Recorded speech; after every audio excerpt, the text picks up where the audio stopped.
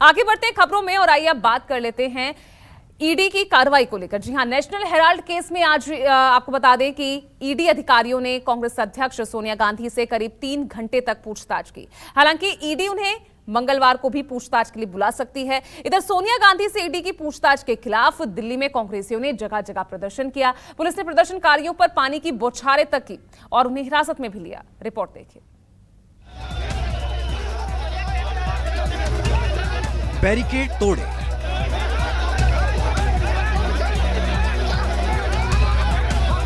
पानी की बौछारों का सामना किया,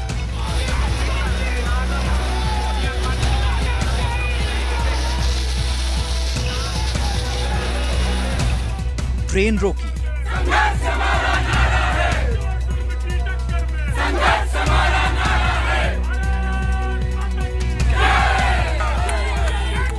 अपनी ही कार फूंक डाली,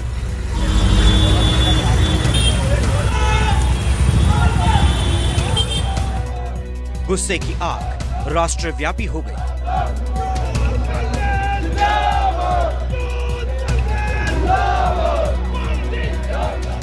कांग्रेस की सबसे बड़ी नेता से ईडी की पूछताछ के खिलाफ पूरे देश के कांग्रेसियों ने दिल्ली में डेरा डाल दिया।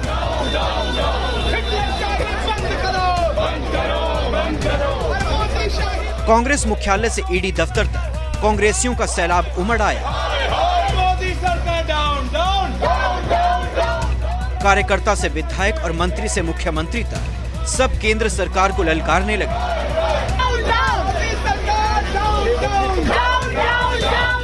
सोनिया गांधी को बेवजह परेशान करने का इल्जाम लगाने लगे। मोदीशाही बंद करो, ईडीशाही बंद करो। ये पॉलिटिकल ड्रामा नहीं है, ये पॉलिटिकल वेंडेटा है, ये राजनीतिक प्रतिशोध है और राजनीतिक प्रतिशोध का जवाब इसी भाषा में और इसी ढंग से देने की जरूरत है। प्रतिशोध की राजनीति में धधकते हुए प्रधानमंत्री मोदी और उनकी सरकार न कांग्रेस को न देश के प्रजातंत्र को डरा पाई है, न डरा पाएगी। ईडी दफ्तर में सोनिया गांधी की पेशी के पहले ही कांग्रेसियों ने दिल्ली को सियासी अखाड़े में तब्दील कर दिया। पुलिसिया सख्ती के बावजूद धरना प्रदर्शन जारी रहा। कांग्रेसी सोनिया गांधी को सच्चाई का सिंबल बताने लगे, सत्यमेव जयते की मुनादी करने लगे। जिस रूप में ईडी का, इनकम टैक्स का, सीबीआई का दुरुपयोग हो रहा है तो जग जाहिर है, कोई नई बात तो है नहीं। ये तो बहुत हंसी वाली बात है कि कांग्रेस बचना चाह रही है पूछताछ से। राहुल गांधी जी 5 दिन तक लगातार 12 से ज़्यादा घंटे तक पूछताछ में शामिल हुए और उन्होंने सब सवालों के जवाब दिए। सोनिया जी भी जा रही हैं, उनका स्वास्थ्य ठीक नहीं था, फिर भी जा रही हैं। 75 साल की महिला अध्यक्षता को जिस तरह अपमानित और हरास करने के लिए, डराने के लिए आप जिस तरह की हरकतें कर रहे हैं, यह सिर्फ एक गुंडा राज कर सकता है, किसी भी सत्ता के पक्ष या सेंट्रल गवर्नमेंट नहीं कर सकती। सोनिया गांधी से ईडी की पूछताछ ने कांग्रेसियों में केंद्र सरकार के खिलाफ आक्रोश भर दिया। हालांकि राजधानी में चप्पे चप्पे पर पुलिस की तैनाती थी, लेकिन कांग्रेसियों का हौसला नहीं हिला। आखिरकार पुलिस ने कांग्रेसियों को हिरासत में ले लिया। भाजपा और केंद्र सरकार को एक्सपोज करना है, जो बदसलूकी कर रहे हैं, जो मिसयूज एजेंसीज का कर रहे हैं, तो जनता के सामने जाहिर करना है हम लोगों को। हम डरने वाले नहीं हैं, जवाब भी देंगे, मुकाबला भी करेंगे, चुनौती का सामना भी करेंगे। पुलिसिया एक्शन से कांग्रेसियों की नाराजगी और बढ़ गई। नेताओं को हिरासत में लेने से कार्यकर्ता भड़क उठे। दिल्ली के शिवाजी ब्रिज पर कांग्रेसियों की टोली ने ट्रेन का पहिया रोक दिया। कांग्रेसी ट्रेन के इंजन पर चढ़ गए।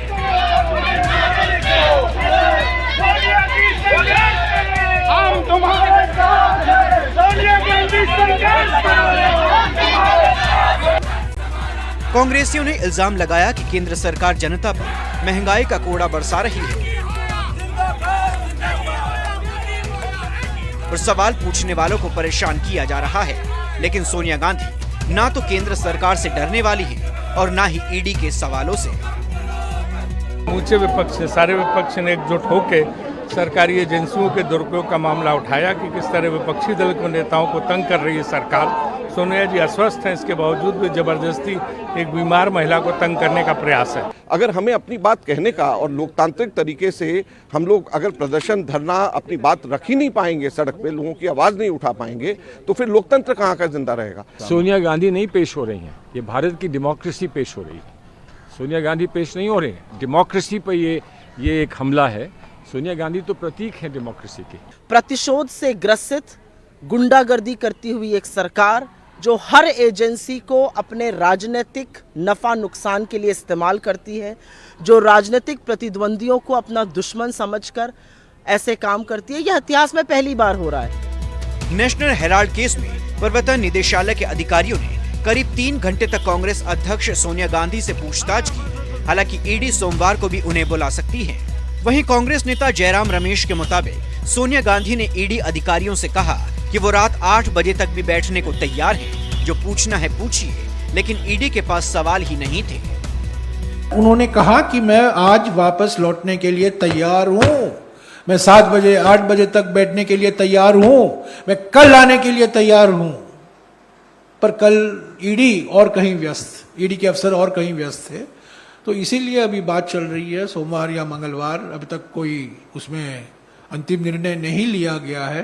कांग्रेस अध्यक्षा के ओर से कोई ऐसी गुजारिश नहीं की गई आज दोपहर को कि आज का क्वेश्चनिंग 2 या 2:30 बजे समाप्त हो, बिल्कुल नहीं। दरअसल हाल ही में सोनिया गांधी कोरोना वायरस से संक्रमित हो गई थी।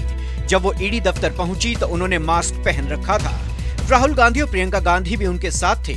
ईडी अधिकारियों ने प्रियंका गांधी को ईडी मुख्यालय में ठहरने की अनुमति दी थी, ताकि स्वास्थ्य समस्या खड़ी होने की स्थिति में वो अपनी मां के साथ रहें और उन्हें दवाएं दे सकें। रमन कुमार, दिल्ली, न्यूज़ 24। नमस्कार, मैं हूं मानक गुप्ता। अगर आपको हमारा ये वीडियो पसंद आया हो तो इसे लाइक और शेयर जरूर करें, और हाँ, हमें सब्सक्राइब और फॉलो करना ना भूलें, ताकि आप देश और दुनिया की कोई खबर मिस ना करें। तो जुड़े रहिए हमारे साथ और देखते रहिए न्यूज़ 24।